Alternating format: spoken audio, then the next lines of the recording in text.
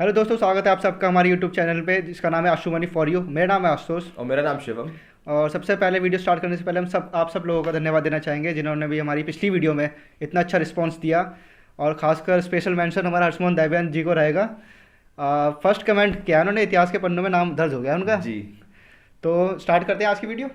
तो आज की वीडियो स्टार्ट करते हैं और आज हम बात करने जा रहे हैं इंडिया वर्सेस न्यूजीलैंड की मैच की, जो खेला जाएगा 31 अक्टूबर दुबई में। और उससे पहले सबसे पहले मैं बात करना चाहूँगा आप सभी लोगों का जो ड्रीम 11 खेलते हैं, हमारे चैनल टेलीग्राम चैनल को ज्वाइन कर लीजिए, क्योंकि इस वीडियो को एंड में हम आपको ड्रीम 11 टीम और टिप्स भी देंगे जो न्यूजीलैंड इंडिया वर्सेस न्यूजीलैंड की मैच की। तो वीडियो को एंड तक जरूर देखना। तो आइए शुरू करते हैं इस वीडियो को। तो सबसे पहली चीज़ जो क्रिकेट फैंस के बीच में बातें लगी हुई हैं कि इंडिया की प्लेइंग 11 क्या होने वाली है। तो सबसे पहले मैं आपसे ये पूछना चाहूँगा कि इंडिया की प्लेइंग 11 अकॉर्डिंग टू यू क्या हो सकती है। हाँ, फैंस के बीच में काफ़ी ज़्यादा बातें हो रही है प्लेइंग 11 को लेके।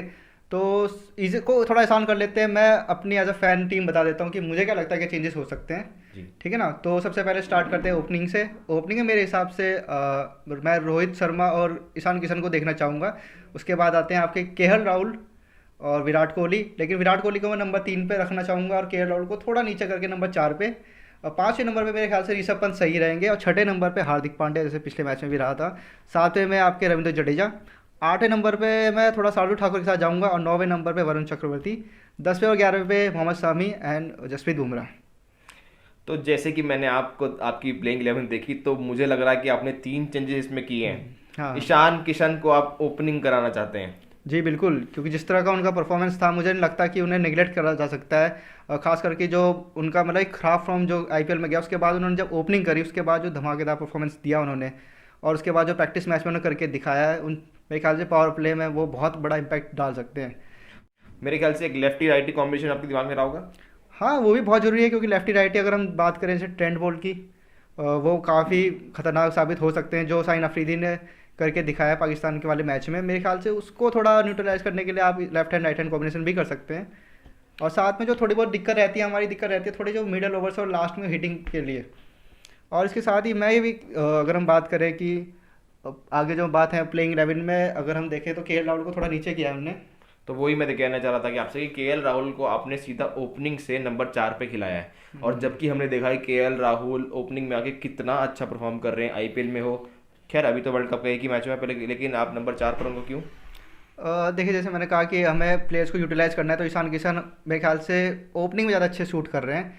और केएल राहुल की मैं बात करूँ तो अगर हम ईशान किशन से ही एक्सपेक्ट कर रहे हैं कि वो आके हिटिंग थोड़ा बहुत हमें एक ब्लिस्टिंग स्टार्ट दे, तो अगर उस बाई चांस उनका विकेट थोड़ा जल्दी गिर जाता है, मेरा कहने का मतलब अगर तीसरे चौथे ओवर में उनका विकेट गिर जाता है, तो शायद केएल राहुल वहाँ पे आ जानी चाहिए ताकि वो उस चीज़ को कंटिन्यू कर सके।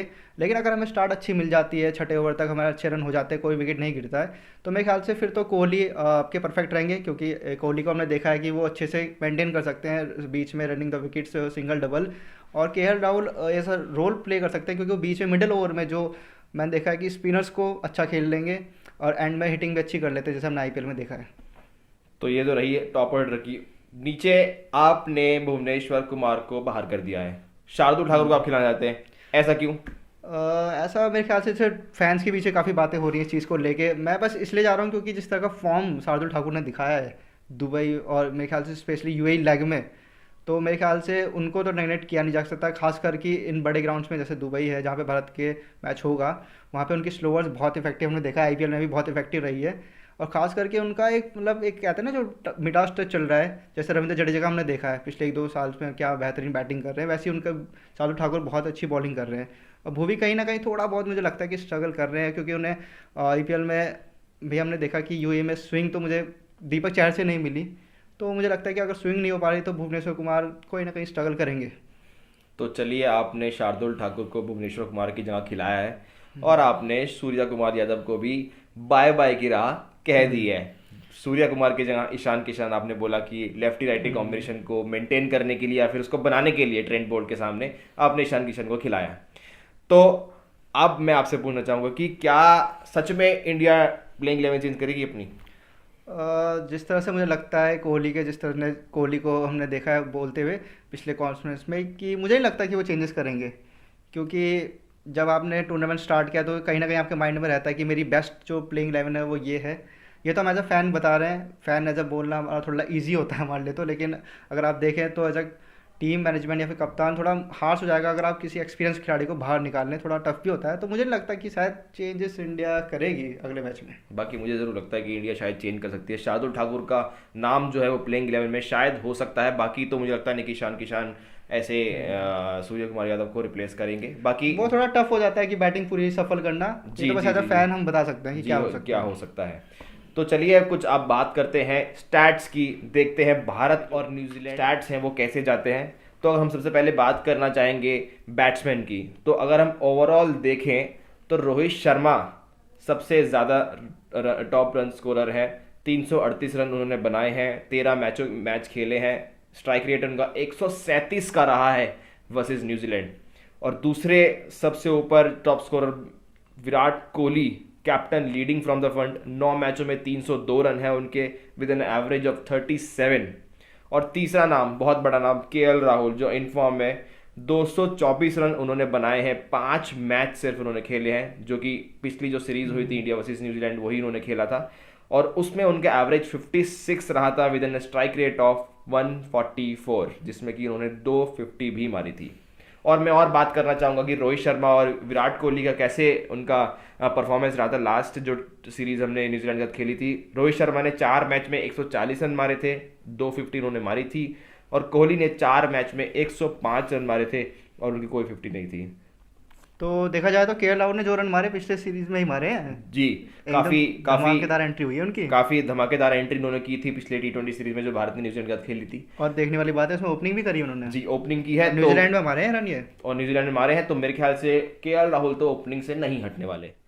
तो आइए अब हम बात करते हैं बॉलिंग स्टैट्स की। अगर हम बात करें इंडिया वर्सेस न्यूजीलैंड का जो लास्ट T20 सीरीज हुई थी न्यूजीलैंड में, उसमें इंडिया ने न्यूजीलैंड को 5-0 से हराया था। और उस सीरीज में अगर हम बात करें रीडेंट विकेट टेकर्स की, तो सबसे पहला नाम जिनका है वो सरप्राइज कर देगा आपको, वो है लॉर्ड शार्दुल ठाकुर। लॉर्ड शार्दुल ठाकुर। जी बिल्कुल, लॉर्ड हैं वो। और साथ में ही अगर हम बात करें, उन्होंने अपने ओवर्स के पूरे कोटे भी नहीं डाले, 5 मैचों में उन्होंने सिर्फ 16 ओवर डाले।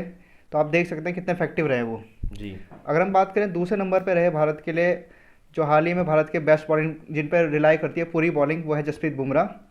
उन्होंने इस सीरीज़ में 6 विकेट लिए। भारत के एक्सपीरियंस गेंदबाज जसप्रीत बुमराह। हाँ, वो तो कभी भी आए विकेट टेकर ही रहेंगे भारत विकेट के टेकर। लिए। और अगर हम बात करें तीसरे नंबर की, वो तो बिल्कुल आपको सरप्राइज कर देगा, क्योंकि वहाँ पे किसी का नाम, किसी पेसर्स का नाम नहीं है, क्योंकि बॉल तो सीरीज़ में खेले ही नहीं। ना ही इसमें कोई सऊदी का नाम है, ना किसी पेसर का। वो नाम है इस सोडी का। ईश सोडी, न्यूजीलैंड में विकेट टेकर। बिल्कुल, आप ही देखिए न्यूजीलैंड में एक स्पिनर ने भारत को परेशान किया। और ईश सोडी से तो फिर हमें बच के रहना पड़ेगा, क्योंकि ईश सोडी ने लास्ट टाइम जो T20 वर्ल्ड कप हुआ था 2016 में, उसमें क्या डैमेज किया था भारतीय लाइनअप को। बिल्कुल, मुझे तो लगता है बच के, बिल्कुल जैसा आपने कहा, बिल्कुल बच के रहना पड़ेगा उनसे तो भारत को। हालांकि इंडिया के बल्लेबाज स्पिनर्स को बहुत अच्छा खेलते हैं, लेकिन ईश सोडी के सामने शायद थोड़े स्टैट्स अच्छे नहीं जाते भारत के बल्लेबाजी की। हाँ बिल्कुल, क्योंकि उनके पास वेरिएशन है, बॉल राइट हैंडर्स के लिए बाहर निकालते हैं और साथ में गुगली भी अच्छी करते हैं वो। तो एक्सपीरियंस गेंदबाज, थोड़ा सा सावधान रहना पड़ेगा ईश सोडी से। तो अब बात करते हैं हम ड्रीम 11 टीम की।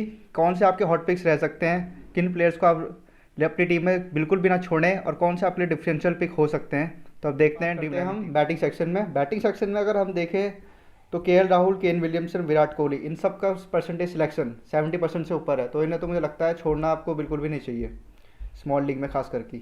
उसके बाद अगर मैं आपको बताऊं तो रोहित शर्मा, ये 4 बैट्समैन आप अपनी टीम में ज़रूर रखें, क्योंकि ये गेम चेंजर हैं और इनकी बैटिंग ओपनिंग में फर्स्ट डाउन आएगी। बैट्समैन के बाद अगर मैं बात करता हूँ तो बॉलर्स की, बॉलिंग सेक्शन में अगर मैं आपको बताऊँ तो जसप्रीत बुमराह और ट्रेंट बोल्ट। और वहीं अगर हम विकेट कीपिंग सेक्शन में अगर हम देखें तो मेरे ख्याल से पंत एक ऑब्वियस चॉइस हो जाती है। डिवन कॉनवे का हमें देखते हैं कि क्या उनका सीन रहता है, कौन सी उनकी बैटिंग लाइनअप है, या फिर टॉस में क्या किसने पहले बैटिंग कर रहे हैं। तो मेरे ख्याल से ये 7 प्लेयर तो आपके एक तरह से कोर हो गए। तो जो आप अपनी टीम में, मैं सजेस्ट करूँगा, आप स्मॉल लीग खेल रहे हैं तो जिन्हें ज़रूर रखें अपनी टीम में। इसके अलावा आप हमें कुछ ऐसे प्लेयर्स बताइए जो बहुत बड़ा इम्पैक्ट साबित हो सकते हैं, बहुत गेम चेंजर हो सकते हैं प्लेइंग 11 में। हाँ, अगर मैं बात करूँ डिफरेंशियल पिक्स की, तो जैसे हमने बात की थी अभी थोड़ी देर पहले इस सोडी की, तो मेरे ख्याल से उन्हें तो आपको रखना जरूर चाहिए अपनी टीम में। इस सोडी एक डिफरेंशियल पिक हो सकते हैं। 50% से थोड़ा कम उनका सिलेक्शन है, तो अगर वो चलते हैं तो मेरे ख्याल से आप इजी विन कर सकते हैं। वहीं अगर मैं बात करूँ ऑलराउंडर सेक्शन में, तो जिमी निशम, जिनका परसेंटेज सिलेक्शन सिर्फ 36% है। मैं खुद हैरान हूँ ये देख के, क्योंकि वो बैटिंग भी करेंगे, बॉलिंग भी अपने पूरे करेंगे ढंग से, कोटे के ओवर करेंगे पूरे। तो मेरे ख्याल से वो भी एक डिफरेंशियल पिक हो सकती हैं। और अगर इनकी बात मैं करूँ तो अगर आपके पास रह जाते हैं 30 से, अगर मैं बात करूँ डिफरेंशियल पिक की, तो वो रहेंगे आपके वरुण चक्रवर्ती। आप ये देख के मेरे ख्याल से शॉक हो जाएंगे, उनका सिलेक्शन परसेंटेज 20% भी नहीं है। शायद लास्ट मैच में जो इस तरह की परफॉर्मेंस दी तो शायद फैंस भी चाहते हैं कि शायद वरुण चक्रवर्ती को टीम में शायद ना जगह मिले। ये तो बात हुई आपकी डिफरेंशियल पिक्स की, जो आपके हिसाब से ये हाँ, गेम अब मेरे चेंजर हो ख्याल से सकते अब हैं। इसमें आपके 10 तो प्लेयर पूरे हो चुके हैं, अब आपके पास 8 क्रेडिट बचे हैं। तो उसमें मेरे ख्याल से आपके पास एक ही चॉइस बचती है, वो है डैरेन मिचेल की। और ये ओपनिंग में आएंगे, ऑलराउंडर हैं, अगर बॉलिंग कर सकते हैं तो मेरे ख्याल से बॉलिंग भी करेंगे, लेकिन देखना होगा 1 या 2 ओवर ही करेंगे मैक्सिमम से मैक्सिमम। तो ये आपके 11 प्लेयर्स फिलहाल हो गए, ये हमारी फाइनल टीम नहीं है। ये आपको टेलीग्राम में हमें फाइनल टीम देंगे, उसमें बताएंगे कि टॉस के अकॉर्डिंग क्या रहा, क्या चेंजेस हो सकते हैं, क्या चेंजेस नहीं होंगे।